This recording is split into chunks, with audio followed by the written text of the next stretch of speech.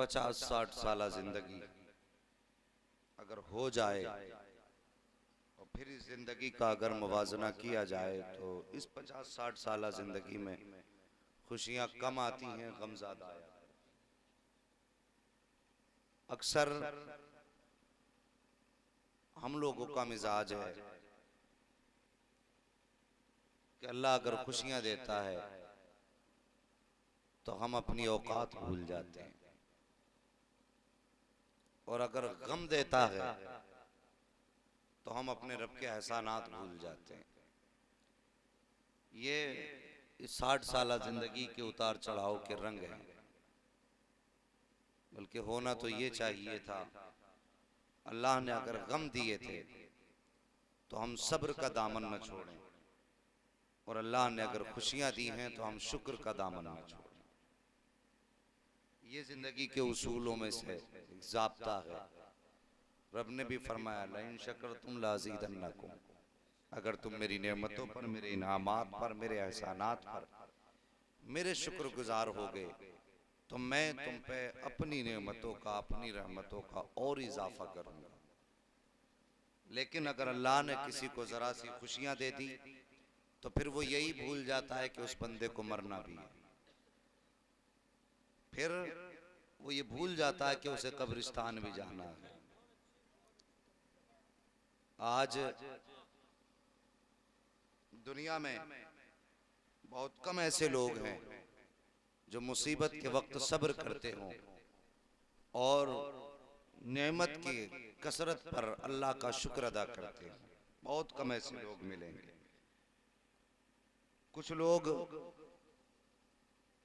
अगर शुक्र की महफिलें मुनक्किद करते हैं तो मजबूरी होती है कुछ लोगों की ये कि वो नाच नहीं सकते। अगर नाचेंगे तो लोग कहेंगे लो जी ये भी नाच रहे हैं।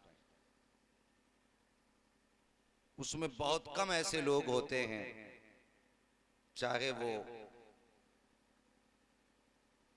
मदरसे की लाइन से ताल्लुक रखते हों या ना रखते हों, जो अपनी खुशी से अल्लाह की रजा के लिए अपनी खुशी के मौके पर मुस्तफ़ा के जिक्र की महफिल का इनेकाद करते हैं।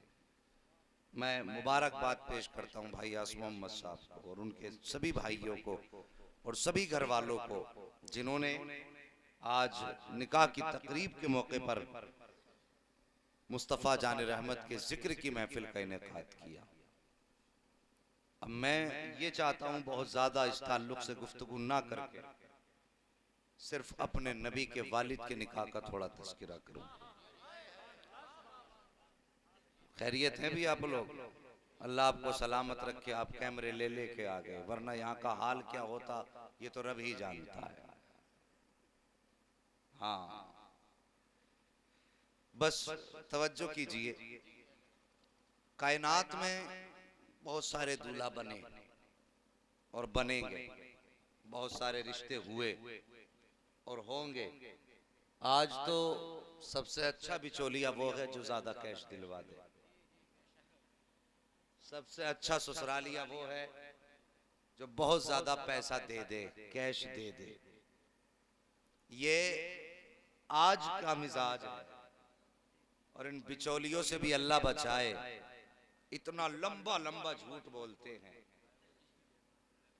इतने बड़े बड़े झूठ के दस्तरखान बिछाते हैं ये लोग।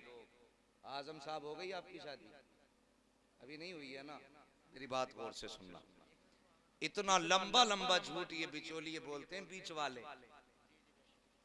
बुरा मत मानना अगर किसी का बिचौलिया यहाँ बैठा हो तो इस्लाह करना अपनी। अगर पूछो कि भाई कैसे आना हुआ कि रिश्ता लेके आया हूं, उन्होंने मुझे भेजा है और कहा भाई ये रिश्ता करा दो, कैसी ये लड़की, तो बिचौलिया ऐसे आंख बंद करके कहेगा कि तुम देख के इनकार तो कर ही नहीं सकते। हाँ, और आज मोहम्मद साहब ये रिश्ता कर लो वरना पछताओगे। कोई हुनर ऐसा नहीं जो उस लड़की में ना हो। इतना लंबा झूठ उसने बोला। अब आज मोहम्मद साहब की नीयत पहले ही खराब। इतने हुनरमंद, घर में आएगी तो घर में बहारें आएंगी, नस्लें परवान चढ़ेंगी, बच्चों की परवरिश अच्छी होगी, तालीम याफ्ता है, कितनी अच्छी होगी, कैसा मिजाज होगा। फिर पूछते हैं कि बताइए साहब, हम बड़े सीधे साधे लोग हैं, कहीं खतरनाक तो नहीं है? बिचौलिया कहता कि आज तक मोहल्ले में किसी ने उसकी आवाज सुनी नहीं। ये सबसे बड़ा झूठ बोल दिया उसने। आज तक मोहल्ले में किसी ने उसकी आवाज सुनी नहीं, बस कर लो। अब बेवकूफ बनाया हमें। उसके बाद लड़की वालों से जाके कहते हैं ऐसा लड़का है कि उसे कमाने के अलावा फुर्सत ही नहीं मिलती। और धोखा मत खाना इस दुनिया से, जब तक लड़के का निकाह नहीं होता है तो 1000 अच्छाइयां उसमें होती हैं। और जैसे निकाह के बाद 6 महीने गुजरे तो जो बाप कह रहा था ना मेरे बेटे में तो कोई ऐब ही नहीं है, और इतना अच्छा बेटा मेरा के जवाब नहीं, कमाई से फुर्सत ही नहीं। जो महीने के 60,000 कमा रहा था, 6 महीने बाद वही बाप लेके बैठ जाता पंचायत, कहता कुछ तो करो। क्या बात है? का 6 महीने घर में पड़ा पड़ा खा रहा है, इससे कहो इतना तो कमा ले कि इसके बच्चे खा लें। ये धोखे एक दूसरे की जिंदगी में। अगर इस तरह की बातों पर तलाकें नहीं होंगी तो क्या होगा? बिचौलियों को चाहिए कि झूठ ना बोलें। अक्सर तलाकों की नौबत इन बिचौलियों की वजह से आती है। जो ये बिचौलगत करते हैं ना, इसमें झूठी सच्ची बातें लगाया करते हैं। आओ कायनात में तुम कितने भी ज्यादा हुस्न वाले हो जाओ, लेकिन हजरत अब्दुल्ला से ज्यादा हसीन नहीं हो सकते हो। कितने भी बड़े मुकद्दर वाले हो जाओ, नबी के वालिद से ज्यादा अजमतों वाले नहीं हो सकते हो। तेरी बेटी कितनी भी बड़ी खूबियों की मालिक हो जाए, लेकिन सैयदा तय्यबा ताहिरा आबिदा जाकिदा ज़किया नकिया तकिया सफिया हजरत सैयदा आमिना से ज्यादा पारसा नहीं हो सकती है। कभी उनकी जिंदगी को उठा करके देखो साहिब। रिश्ते निकाह बाद में करना, पहले इन बड़ों के रिश्तों पे गौर कर लिया करो। आज रिश्तों और निकाहों ने तबाहियां बर्बादियां फैलाई हैं। ये निकाह इसलिए मशरू किया गया था ताकि इससे आबादियां हो जाए, ताकि दुनिया से मुसीबतों का छुटकारा मिल जाए। लेकिन आज निकाहों में क्या वजह है कि जब से निकाहों की कसरत आज बंद हो गई है, गुनाहों की कसरत होती जा रही है। हमने निकाह मुश्किल कर दिए हैं, गुनाह आसान होते जा रहे हैं। आओ साकिब, निकाह और रिश्ते कैसे हुआ करते हैं जरा तवज्जो कीजिए। कितनी शान वाली खातून है सैयदा आमीना। अल्लाहु अकबर। आमीना के माने अमानत वाली भी आता है, आमीना का माना अमन वाली भी आता है। अल्लाहु अकबर। जिस खातून को मेरे रब ने महबूब की माँ के तौर पर इस दुनिया में कबूल फरमाया, वो सैयदा आमीना की जात है। आपके वालिद का नाम हजरत वहाब है। हजरत वहाब अपने मनाफ की नस्ल में आते हैं। अल्लाहु अकबर। तवज्जो कीजिए, आपके बचपन का जमाना है, अभी आपकी छोटी सी उम्र है, बचपन का जमाना। आप मुस्तफा का जो आज मदीना है, उस वक्त ये यसरब के नाम से मशहूर था। उस वक्त यसरब के नाम से शहर मदीना आबाद था। आप उस सरजमीन पे आबाद हैं सैयदा आमीना। अल्लाह अकबर। तवज्जो करना भाई, आज के रिश्ते देखो और उस दौर के रिश्ते देखो, आज की बेटियां देखो और उस दौर की बेटी देखो। अल्लाह अकबर। बचपन का जमाना अनोखी निराली शान वाली है। उस दौर का एक उसूल था कि कुछ इल्म वाले ऐसे हुआ करते थे जो हाथों की लकीरें देखते थे, तकदीर का फैसला कर दिया करते थे।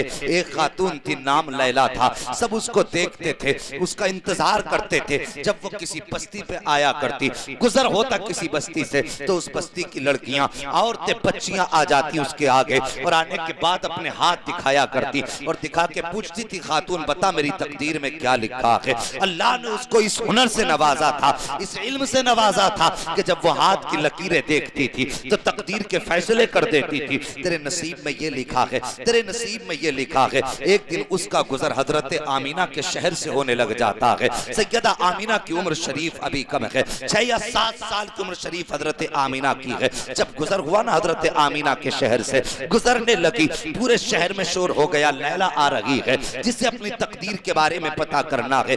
आए वो लैला से अपनी तकदीर के बारे में पूछ ले। अल्लाह अकबर। जैसी लैला ने कदम रखा है, उस शहर की औरतों ने, यसरब की औरतें बच्चियां आ जाती हैं। आने के बाद अपने अपने हाथ लैला के आगे कर दिए। कहा लैला पता मेरी तकदीर में क्या लिखा है? जिसकी तकदीर में जो होता लैला एक निगाह डालती तकदीर बता देती। तेरे नसीब में ये लिखा है, तेरे नसीब में ये लिखा है। इसी मंजर को दूर खड़े होकर के हजरत अब्दुल्ला की ज़ौजा मेरे नबी की वालिदा हजरत आमिना मुलाहिजा फरमा रही हैं। जैसी दूर से आप ये मंजर देख रही हैं, किसी खातून ने कहा था आमिना तू भी तो जाकर के अपने हाथों की लकीरें दिखा दे, तू देख तेरी तकदीर में क्या लिखा हुआ है। सैयदा आमिना आगे बढ़ी है, जाने के बाद अपना हाथ काकिना के आगे जाके कर दिया है। काकिना ने जब उस हाथ को देखा, काकिना का नाम लैला है, हाथ को देखा, देखने के बाद कभी चेहरा देख रही है, कभी आसमान की तरफ देख रही है, कभी चेहरा देख रही है, कभी हाथ की लकीरों को देख रही है। जब हाथ की लकीरों को देखा